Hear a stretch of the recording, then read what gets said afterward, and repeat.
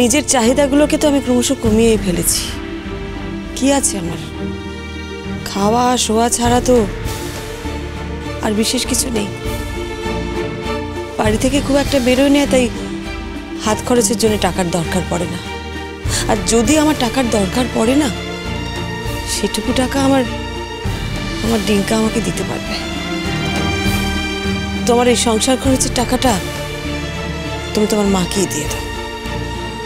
তোমার সঙ্গে এর মধ্যে জুনের কথা হয়েছে? কেন জিজ্ঞেস করছো এই কথা?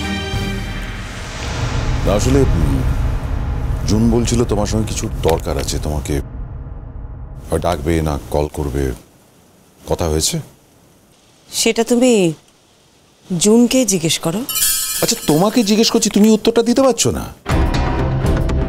একটা সহজ জিনিসের সহজভাবে নিতে পারো না কেন? একটা সিম্পল কথা তো, দ্যাট ইজ ইয়োর প্রবলেম। দেখো, তোমার কাছে যেটা সহজ সেটা আমার কাছে কিন্তু সহজ নাও হতে পারে। আমাকে ডাকার কথা জুন যদি তোমাকে বলেই থাকে, তাহলে আমাকে জুন ডেকেছিল কিনা বা ডাকার পরে আমাকে কি বলেছে, কি কথা হয়েছে, সেটা তো জুনেরই তোমাকে বলা উচিত, তাই না?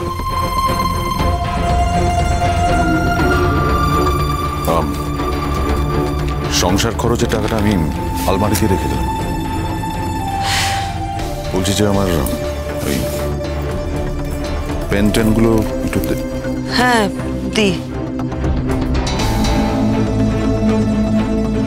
এই যে তোমার বল পেন আর তোমার লেটার হেড, এটাও দিয়ে দিলাম। আর তো কিছু দরকারি আছে বলে মনে হয় না। যদি থাকে তো বলো, আমি যদি কিছু লাগে আমি তো আসছি রোজ, বলেছি নিয়ে নেবো। হ্যাঁ, তুমি কি এখনই বেরোবে? হ্যাঁ, আগে অফিস যাবো, তারপর খেয়ে বেরোবে তো? রোজই তো খেয়ে বেরোই। রোজ আর আজ তো এক নয়। আমি বুঝলাম না। ঠিক আছে, এটা দিয়ে দিলাম ব্যাগে। আমি যাই, তোমার খাবারগুলো বাড়ি। দেরি হয়ে গেলে ভালো করে খাওয়া হবে না তোমার। শ্রীময়ী,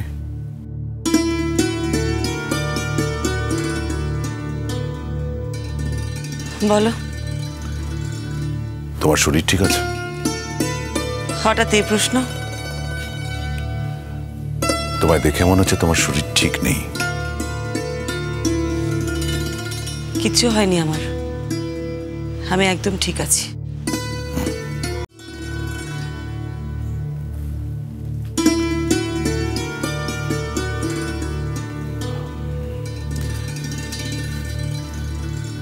বলছি, তুমি এই পরিবারের জন্য যা করেছো সেটা আমি ভুলতে পারবো না। আমার বন্ধুদের স্ত্রীদের দেখি, আমার কলিগদের স্ত্রীদের, সেলফিশ, শুধু নিজেদের নিয়ে থাকে, ওদের বাবা মায়েদের দেখে না। ন্যাচারালি ওদের সম্পর্কগুলো সব নষ্ট হয়ে যাচ্ছে। তুমি সেটা হতে দাওনি এই বাড়িতে। এই সেনগুপ্ত পরিবারকে তুমি আগলে রেখেছ। আমার তোমার বিরুদ্ধে কোনো অভিযোগ নেই।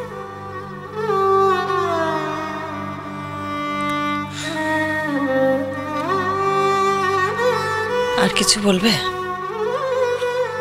তোমার ঋণ এই পরিবারের প্রতি, তোমার সমস্ত গুণ আমি স্বীকার করি।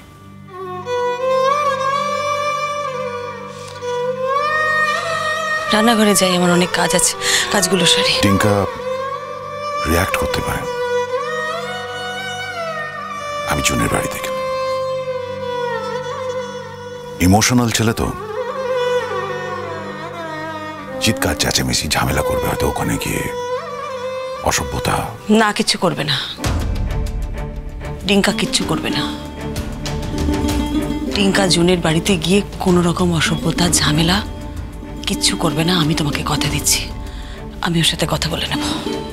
দরকার হলে ফোন করো। দরকার হবে না। এত কনফিডেন্টলি বলা যায়? কার কাকে কখন দরকার লাগে সেটা কি কোনো গ্যারান্টি আছে? তা অবশ্য ঠিক।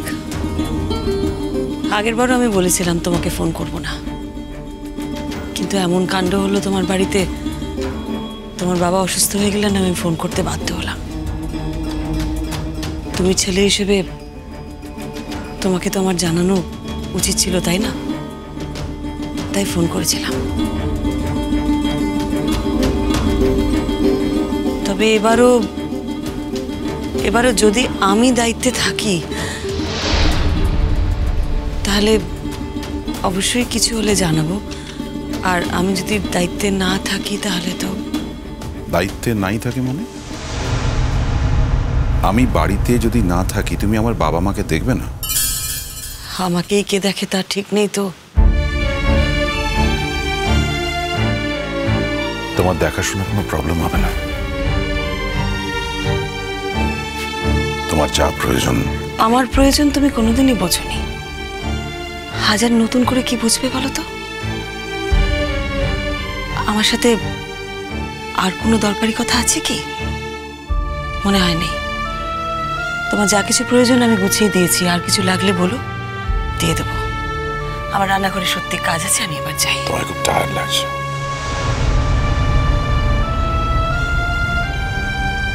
কিচ্ছু হয়নি আমার, আমি একদম ঠিক আছি, দিব্যি আছি।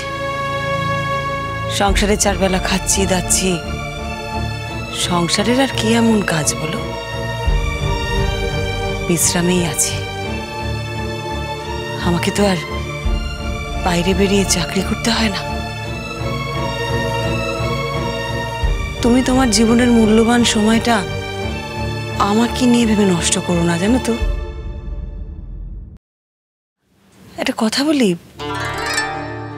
তুমি না জুনকে নিয়ে, বুকানকে নিয়ে কটা দিন বাইরে ঘুরে এসো। তুমি কি আমাকে বিদ্রুপ করছো? বিদ্রুপ করবো কেন? ভালোর জন্যই বলছি। কটা দিন বাইরে ঘুরে এলে তোমাদেরও ভালো লাগবে, বুকানেরও ভালো লাগবে।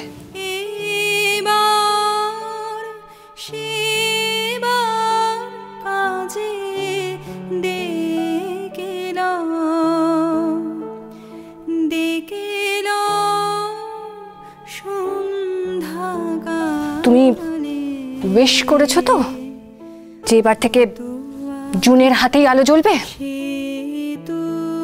এবার থেকে জুনই আলো জ্বালাবে। তোমার স্বামী তোমাকে ডিভোর্স দেবে বলে পাগল হয়ে গেছে। ও চাইছে তোমাকে ডিভোর্স দিয়ে আমাকে পাকাপাকি ভাবে ওই বাড়িতে নিয়ে যেতে। তোমার সঙ্গে যখন আমার বিয়ে হয়েছিল তখন তুমি শুধুমাত্র আমার স্বামী ছিলে, তারপর তুমি আমার ছেলে মেয়ের বাবা হলে। তুমি যখন ওদের ওই খাতায় মলার দিয়ে দিতে না, আমি অবাক হয়ে দেখতাম। আমার খুব ভালো লাগতো, জানো তো? আমি খুব এনজয় করতাম। কাগজে কলমে আমাকে ডিভোর্স না করলেও মনে মনে তুমি আমাকে অনেকদিন আগেই ডিভোর্স দিয়ে দিয়েছো, সেটা আমি খুব ভালো করে জানি। আমি যদি সত্যিই বুদ্ধিমতী হতাম তাহলে এতগুলো বছর গাধার মতন তোমাদের সংসারে খেটে হাতে শূন্য নিয়ে বসে থাকতাম না। বিশ্বাসঘাতকতা নয়, 25 বছর পর যদি কোনো স্ত্রী দেখে যে তার স্বামী অন্য একজন মহিলার সাথে সম্পর্কে রয়েছে আর তার স্বামী তাকে বলছে সে তাকে ডিভোর্স করতে চায়, এটাকে বিশ্বাসঘাতকতা বলে না তো কি বলে? তুমি বলো, কি বলে?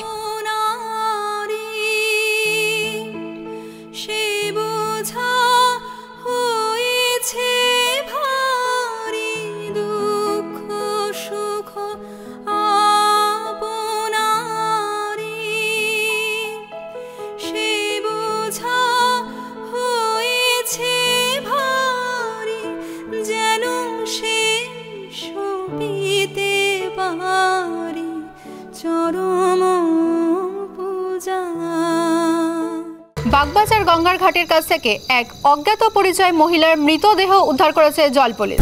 জানা গেছে সকলে ভেবেছিল মহিলা স্নানের উদ্দেশ্যে গঙ্গার ঘাটে নেমেছিল, কিন্তু তারপরেই ক্রমশ সামনের দিকে এগিয়ে যায়। প্রত্যক্ষদর্শীদের মধ্যে অনেকেই তাকে বাঁচানোর চেষ্টা করেছিল, কিন্তু সেই সময় নদীতে ভরা জোয়ার থাকায় তাকে বাঁচানো সম্ভব হয়নি। বলো, এবার খুশি তুমি? মা শেষ হয়ে গেছে, খুশি? উত্তর দাও, উত্তর দাও।